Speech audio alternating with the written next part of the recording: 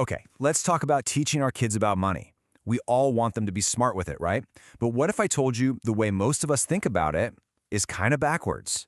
Today, we're going to explore this idea that real financial literacy isn't something you teach with a lesson. It's something that's caught just by them watching you every single day. So you can really see the two different worlds of financial education right here. On one side, you've got the on-paper stuff, worksheets, formal sit-down talks, all the theory. But then look at the other side, in real life.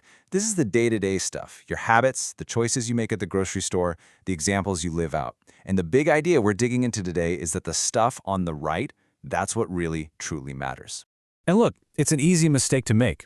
We tend to treat money like it's another school subject, like math or history, something that needs a formal lesson plan. But here's the thing, money isn't just a chapter in a textbook. It's a real tool our kids see us using, or maybe misusing, every single day. Which brings us to the absolute heart of the matter, the power of your personal example. This is where we stop thinking about teaching lessons and start thinking about living them. It's almost like a kind of financial mirroring.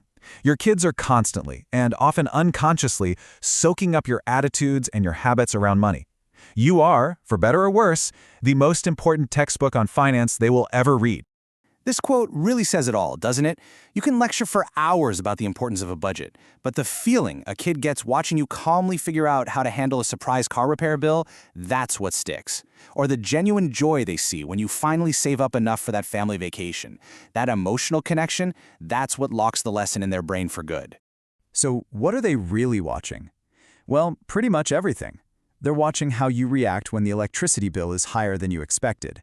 They're right there with you in the grocery aisle as you decide between the fancy brand name cereal and the store brand. They notice those little trade-offs, like, are we getting takeout tonight or are we putting that money toward our trip? They are absorbing your entire relationship with money, your stress, your patience, your discipline, all of it. Okay, so if the most powerful lessons are happening in these everyday moments, how do we actually make them count? The good news is, this isn't about adding another task to your already packed to-do list. It's just about being a little more mindful and intentional with what's already happening all around you. Here are 4 really simple but incredibly effective ways to do this. First, plan things out in the open. Let them see you make a shopping list or hear you talk about saving up for a new couch. Second, involve them in small, age-appropriate decisions. Third, and this is a big one, be honest about your own money mistakes. Showing them how you recover from a bad purchase teaches them so much about resilience. And finally, practice gratitude. Focus on appreciating what you have, not just wanting more.